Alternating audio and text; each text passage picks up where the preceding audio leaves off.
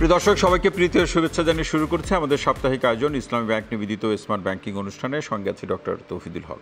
দর্শক, দেশের বর্তমানে অর্থনৈতিক অবস্থা কেমন সেটা নিয়ে নানা পর্যায়ের বিশ্লেষণ রয়েছে। যারা ব্যবসা বাণিজ্যের সাথে সম্পৃক্ত বা ব্যবসায়িক সংগঠনের নেতৃবৃন্দ আছেন তারা একভাবে দেখছেন, যারা এই ব্যবসা বাণিজ্যের প্রসঙ্গগুলোকে আইনের প্রক্রিয়ার মধ্য দিয়ে অর্থের প্রবাহকে দেখেন বা সেই দৃষ্টিভঙ্গিতে দেখেন, তাদের বিচার বিশ্লেষণও অনেকটা ভিন্ন আছে এবং তারা নানাভাবে বিচার বিশ্লেষণ করে এই ঘাটতিগুলোকে খুঁজে বের করার বা বিশ্লেষণ করে উপস্থাপন করার চেষ্টা করেন। পাশাপাশি কিভাবে উত্তরণ ঘটানো যায় সেই উপায়গুলোও তারা বাতলে দেন।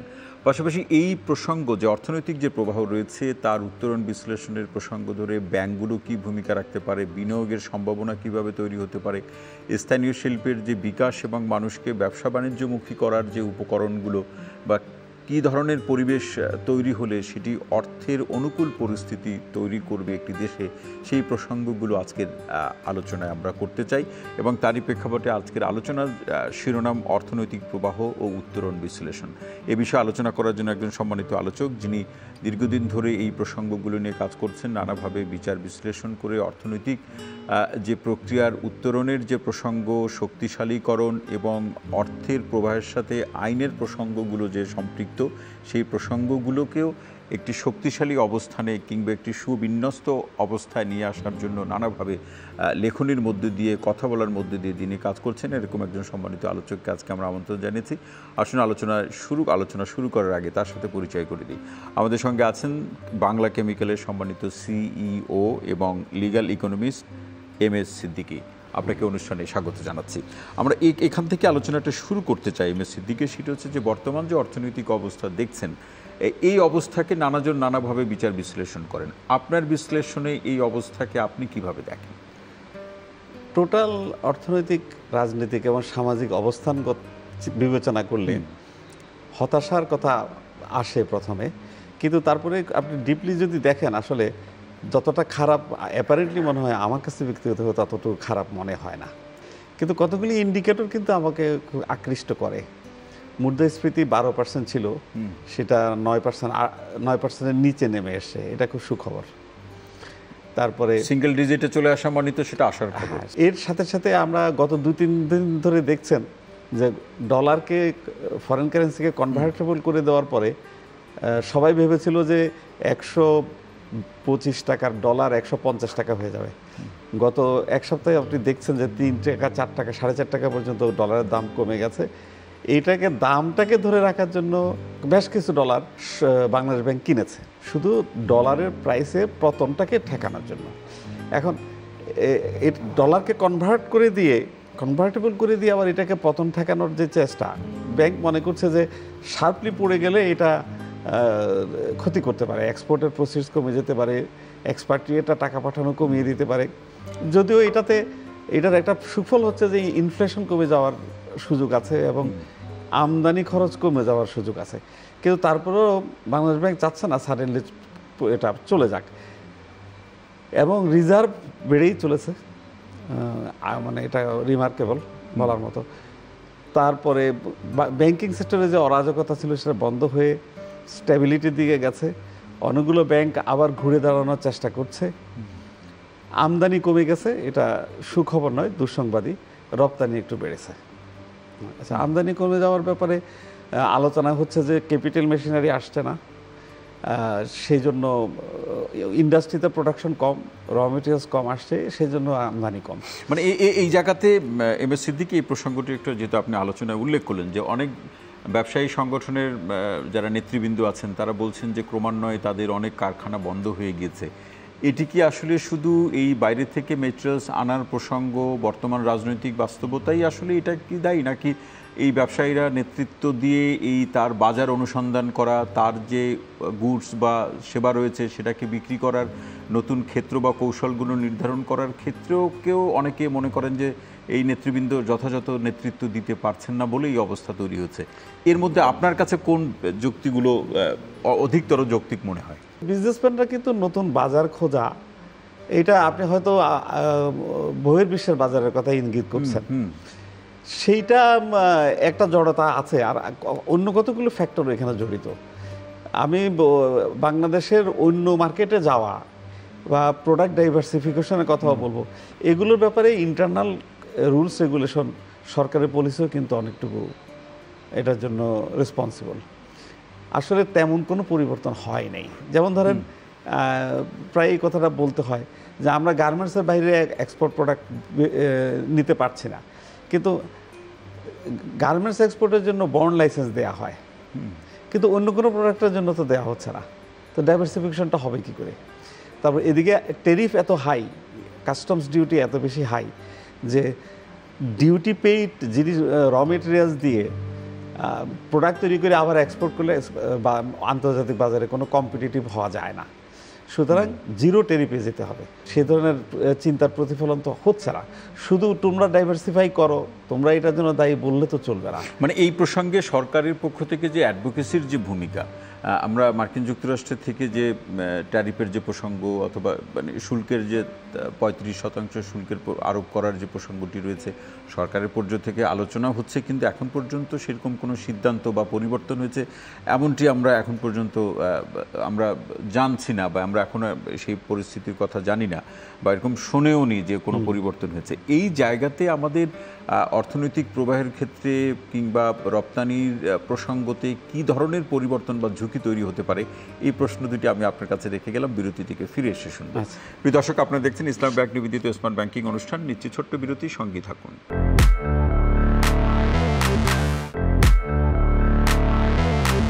প্রিয় দর্শক, বিরতির পর আরও একবার স্বাগত ইসলাম ব্যাংক নিবেদিত স্মার্ট ব্যাংকিং অনুষ্ঠানে। সঙ্গে আছে ডক্টর তৌহিদুল হক। অর্থনৈতিক প্রবাহ এবং এর উত্তরণের বিশ্লেষণ, সে বিষয়টি নিয়ে আলোচনা করছি। সম্মানিত আলোচক হিসাবে আছেন এম.এস. সিদ্দিকী। সিদ্দিকী ভাই, যে প্রশ্নটি রেখে যাওয়া যে মার্কিন যুক্তরাষ্ট্রে 35% যে শুল্ক করের যে প্রসঙ্গ সরকারের পক্ষ থেকে নানাভাবে আলোচনা হচ্ছে, আমরা কোনো সুখবর এখন পর্যন্ত পাইনি। কি অবস্থা দাঁড়াতে পারে অর্থনৈতিক প্রবাহের উপরে? এখানে সমস্যা হয়ে গেছে। আমি আপনার প্রশ্নের কাছাকাছি একটা উত্তর দিই। সেটা হচ্ছে প্রেসিডেন্ট ট্রাম্প যে আমাদের মাননীয় প্রধান উপদেষ্টাকে যে চিঠি লিখেছেন, সেই চিঠিটা যদি আপনি পড়েন, সেই চিঠিতে ট্রাম্প স্পষ্ট করে বলেছে তোমাদের দেশের ট্যারিফ, প্যারা ট্যারিফ, রুলস, পলিসি এগুলোর বড় বাধা। এগুলোর জন্যই আমরা এগুলোকে বড় বাধা মনে করি, এগুলোর জন্যই তোমাদের উপর ট্যাক্স বসানো হয়েছে। এখন এটার অর্থ হচ্ছে যে এই 3-4টা কথার ভিতর দিয়ে বাংলাদেশের এন্টায়ার দুর্বলতাটা প্রকাশ পেয়ে গেছে। আমরা বছরের পর বছর আমাদের হাই ট্যারিফ, একটু আগে যেটা আলোচনা করলাম, আমাদের নন ট্যারিফ ব্যারিয়ার, নানা রকম পারমিশন নিতে হয়, লাইসেন্স নিতে হয়, ইনভেস্টমেন্টের ব্যারিয়ার আছে, তারপরে এক্সপোর্টে ব্যারিয়ার, আমদানিতে ব্যারিয়ার। এখন যেমন বাংলাদেশ সরকারের যে সমালোচনাটা আমি করেছি আগে, আবার বলছি, সেটা হচ্ছে যে 102টা না 12টা জিনিসের প্রোডাক্টের উপরে জিরো ট্যারিফ করে তারা গেছেন আমেরিকার সাথে নেগোসিয়েশন করার জন্য। সবগুলোতে জিরো ট্যারিফ করার কারণ আমি 112টা পলিসিটাকেই পরিবর্তন করতে, কারণ আমি 112টা আইটেম এখন এক্সপোর্ট করি, তাতে আমার এক্সপোর্ট হচ্ছে মাত্র $2 বিলিয়ন। তুমি সবগুলো ওপেন করে দাও, আমি আরও 100টা আইটেম তোমার দেশে বিক্রি করতে পারবো। তাহলে তোমার থেকে 8 বিলিয়ন কিনলে আমিও তোমাকে 8 বিলিয়ন বিক্রি করতে পারবো। এই জায়গাটায় আমাদের পলিসি মেকাররা ঠিক ব্যাপারটা, মেসেজটা পুরোপুরি গ্রহণ করতে পারে নাই। আর এট দ্য সেম টাইম আমাদের এলডিসি গ্র্যাজুয়েশন হবে, আমাদেরকে জিরো ট্যারিফে আসতে হবে। সেটা তো 26-এ হওয়ার কথা, আদৌ পারবে কিনা? পারবে না তো। এখনই এই বছর বাজেটে একটা রেডিক্যাল চেঞ্জ করার কথা ছিল, সেটা করে না, এটা ট্রেডিশনাল বাজেট করেছে। এখন এটা কেন দরকার? হাইয়েস্ট ট্যারিফ বাংলাদেশের উপর কেন? কারণ বাংলাদেশের কোনো রাস্তা নাই। এই $12 বিলিয়ন আমরা আমেরিকার কাছে বিক্রি করি, ওদের কাছে হাত জোর করে আমাদের বলতে হবে, ভাই তুমি এটা কেন আমাদের থেকে। আর ভারত এবং ভিয়েতনাম কি বলছে, তুমি কি আমাদের থেকে কিনবা, নাইলে আমরা অন্য মার্কেটে চলে যাব।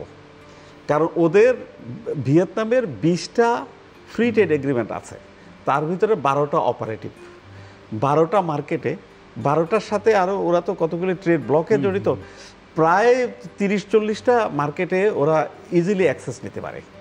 এখন ওই মার্কেটগুলোতে যদি বাংলাদেশ যায়, আমেরিকা থেকে ঘুরে মনে করেন কোরিয়ার মার্কেটে যাবে বা চীনের মার্কেটে যাবে, বাংলাদেশ সেখানে যে কম্পিট করতে পারবে না ভিয়েতনামের সাথে। কেন পারবে না? ওরা ট্যারিফ ফ্রি, যেহেতু ফ্রি ট্রেড এগ্রিমেন্ট হচ্ছে, জিরো ট্যারিফে ওরা এক্সপোর্ট করবে, আর আমাদের উপর তো এজ ইউজুয়াল নর্মাল ট্যারিফ হবে। তার মানে আমরা আমাদের নিজের পায়ে অলরেডি কুড়াল মেরেছি, আমরা ফ্রি ট্রেড এগ্রিমেন্ট করি নাই। মানে এখানে এখন মানে স্বল্প মেয়াদী সমাধান কি? স্বল্পমেয়াদী সমাধান তো কোনো সমাধান নাই। মানে হাত জোড় করে বলা যে ভাই তুমি আমার থেকে কিনো, মানবিক কারণে কেনো।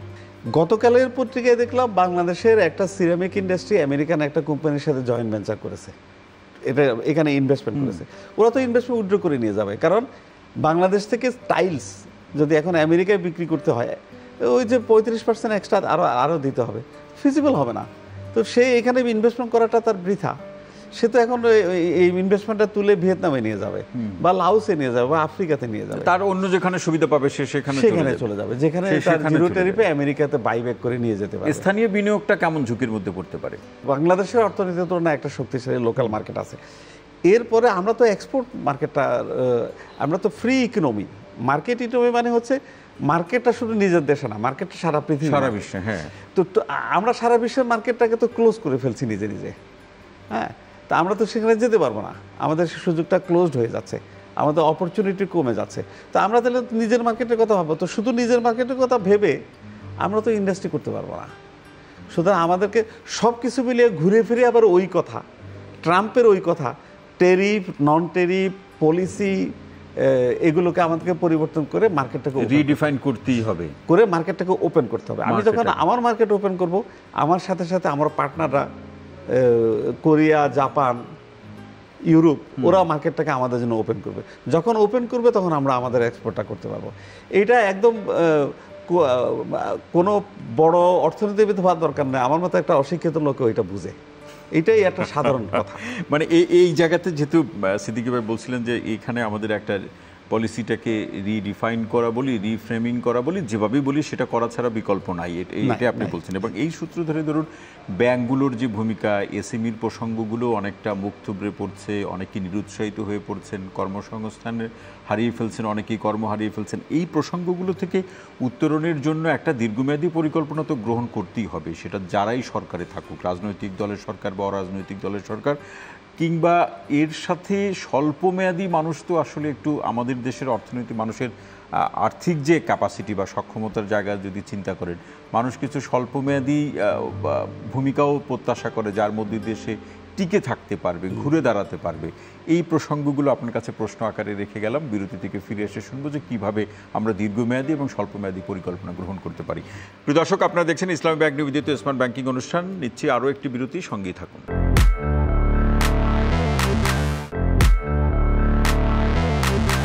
দর্শক, বিরতির পর আরও একবার স্বাগত জানাচ্ছি ইসলামী ব্যাংক নিবেদিত স্মার্ট ব্যাংকিং অনুষ্ঠানের সঙ্গে আছে ডক্টর তৌহিদুল হক। যে বিষয়টি নিয়ে আজকে সম্মানিত আলোচকের সাথে আমরা আলোচনা করছি, নানাভাবে অর্থনীতির পরিস্থিতি বোঝা, উত্তরণের উপায়গুলো অনুসন্ধান করা, তার প্রেক্ষাপটে অর্থনৈতিক প্রবাহ এবং উত্তরণ বিশ্লেষণ।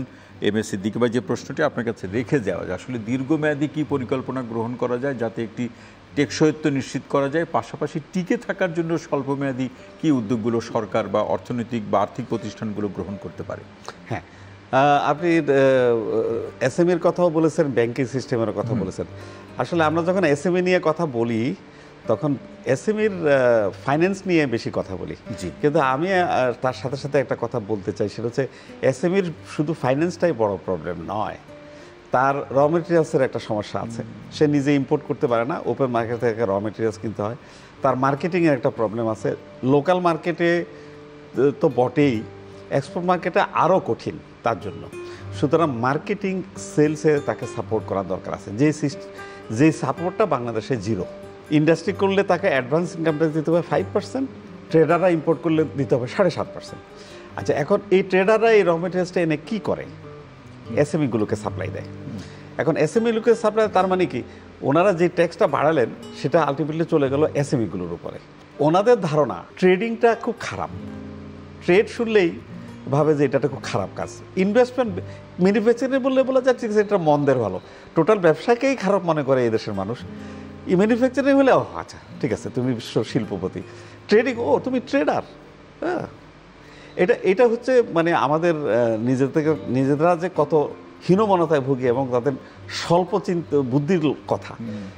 সারা দুনিয়াতে ওপেন মার্কেট ইকোনমিতে ট্রেড ফেসিলিটেশন না করলে কিচ্ছু হবে না। হ্যাঁ, সেই জন্যই ওই যে তো বললাম যে আপনি যদি ডাইভার্সিফাইড মার্কেটে যাবেন, ট্রেড ফেসিলিটেশন দরকার। আপনি আমেরিকার মার্কেটে আবার যাবেন, ট্রাম্প বলে দিয়েছে টেরিফ এবং নন টেরিফ বেরিয়া তুমি উইথড্র করো, তার মানে ট্রেড ফেসিলিটেশন করো। আমাদের দেশে এফটিএ গত সরকারের আমলে বেশি এফটিএর বিরুদ্ধে ছিল, বিশেষ করে আমাদের দেশে আমলাতন্ত্র এফটিএর বিরুদ্ধে, কারণ ওনাদের ক্ষমতা কমে যায়, ওনাদের নিয়ন্ত্রণ চলে যায় ব্যবসা বাণিজ্যের হাত থেকে। ওপেন মার্কেট মানে ওপেন, বিজনেসম্যানদের হাতে ক্ষমতা চলে গেল, এটা ওনাদের আবার পছন্দ না। দুর্নীতি কমে যাবে ওপেন মার্কেট হলে। এখন এইটা করলে দেশের উন্নতি হবে, এক্সপোর্ট বাড়বে, ইন্ডাস্ট্রিয়ালাইজেশন হবে, অর্থনীতি শক্তিশালী এবং ফরেন ইনভেস্টমেন্ট আসবে। এইটা বড় ইন্ডাস্ট্রির ব্যাপারে যেমন সত্য, এসএমইর ব্যাপারে তেমন সত্য। এতদিন ধরে আলোচনা করে আমাদের এত বড় বড় নেতারা ওয়াশিংটনে বসে বসে 5 স্টার, নিশ্চয়ই 5 স্টার হোটেলে ছিলেন, ওইখানে বসে বসে ওনারা সরকারের টাকা, জনগণের টাকা ধ্বংস করেছেন। কিন্তু কি শিখে আসলেন ওদের স্টেট ডিপার্টমেন্ট থেকে, ওদের ট্রেড কমিশন অফিস থেকে? তো আমাদেরকে চেঞ্জ হতে হবে। এখন আপনি তো হয়তো এই প্রশ্নটা এখনো করেন না, আমি ওয়েট করতেছিলাম শব্দটা, সেটা হচ্ছে তাহলে আমাদের দেশ চলবে কি করে? আচ্ছা, দেশ চলবে, যখন ট্যাক্স ছিল না তখন দেশ চলতো কি করে? 1971 সালে আমাদের বাসায় একটা কাজের লোক ছিল, আমরা প্রত্যেকে সকালবেলা ডিম খেতাম। 1974 সালে এসে আমাদের ডিম খাওয়া বন্ধ, কাজের লোকটাকে বাতিল করেছে। আমার মা নিজে রান্না করতেন, আমরা রাতের বেলা, দিনের দুপুরে ভাত খেতাম, রাতে রুটি খেতাম, সকালে রুটি খেতাম। আমরা আবার এটা পরিবর্তন করেছি। আমরা মধ্যবিত্ত ছিলাম, 74 সালের দুর্ভিক্ষের সময় নিম্ন মধ্যবিত্ত হয়ে গিয়েছিলাম, এরপর আবার এখন মধ্যবিত্ত হয়েছে। তো আমরা কি চলি নাই, খরচ কমাই নাই? আমি সরকারকে বা যেসব পণ্ডিতরা বলে ট্যাক্স না পাওয়া গেলে দেশ চলবে কি করে, তাদেরকে জিজ্ঞেস করেন। আমাদের বয়সে যারা অন্তত তারা এই কথা বলতে পারবে যে গরিব হয়ে গেলে, একটা জাতি যখন গরিব হয়ে গেল তখন সেই জাতি চলতো কি করে? না, নিশ্চয়ই। কিন্তু তারা যেটা যুক্তি দাঁড় করায় যে রেভিনিউ না থাকলে রাষ্ট্র কিভাবে চলবে, ওই জায়গাতে তাদের ওই প্রশ্ন। কিন্তু সেই প্রশ্ন, খরচ কমিয়ে ফেলবো, সোজা হিসাব, টাকা নেই, খরচ হবে না। যিনি কিনবেন উনি ভ্যাট দেবেন, যিনি কিনবেন না উনি ভ্যাট দিবেন না। আর ইনকাম ট্যাক্স হচ্ছে যিনি ইনকাম করবেন উনি ইনকাম ট্যাক্স দিবেন, উনি ওইটা দিয়ে কিনুক বা ফিক্সড ডিপোজিটে রেখে দেখ। এটাই হলো ফেয়ার। মানে সেইটা এখন দীর্ঘদিন ধরেই আলোচনাটা আছে, যেতে আমরা একটা যে পলিসিতে আমরা এতদিন ধরে চলছে, সেই জায়গাটাতে কেউ কেউ বলছেন যে রাতারাতি পরিবর্তন করা সম্ভব না। এটা আপনি মানেন কিনা? হ্যাঁ, তো রাতারাতি এই কথা তো আমরা 20 বছর ধরে বলছি, রাতারাতি পরিবর্তন করা সম্ভব না। আগামী বছরও বলবো রাতারাতি পরিবর্তন করা সম্ভব। তো এক বছরে যতটুকু করা দরকার সেটা আপনি করবেন না। আমি তো ভেবেছিলাম যে এবার বাজেটে বেসিক র মেটেরিয়ালসের উপরে যেটা 5% আছে সেটা 2%-এ চলে যাবে, যেটা 10% আছে ওইটা 5%-এ চলে আসবে, যেটা 25% আছে ওইটা 25%-ই থাকবে, আর সাপ্লিমেন্টারি ডিউটিগুলো অফ করে দেওয়া হবে। কই, সেটা কিচ্ছু করা হলো না, ট্রেডিশনাল ডিসকোর্সকেই ফলো করা হয়েছে। মানে এখানে তাহলে মানে আমরা একদম শেষ পর্যায়ে 2-1 লাইনে হয়তো শুনতে হবে সিদ্দিকী ভাই, যে উত্তরণের তাহলে আর সহজ কোনো উপায় নেই। রিফর্ম না করে, নিজেকে পরিবর্তন না করে, নিজের মন পরিবর্তন করতে হবে, সমাজ পরিবর্তন করতে হবে, রুলস রেগুলেশন পরিবর্তন করে দেশটাকে পরিবর্তন করতে হবে। ওই রিফর্মের কি যেন সরকার এখন আছেন, কি জানি শব্দটা, রিফর্মই তো। হ্যাঁ, রিফর্ম, জাতীয় ঐক্যমত্য কমিশনের। রিফর্মটা হচ্ছে কোথায়? অর্থনৈতিক সেক্টরে কোথায় রিফর্ম? ঘাড়ের উপরে এত বড় একটা চাপ আমেরিকান, তারপরে তো আমরা রিফর্ম করার কথা বলছি না।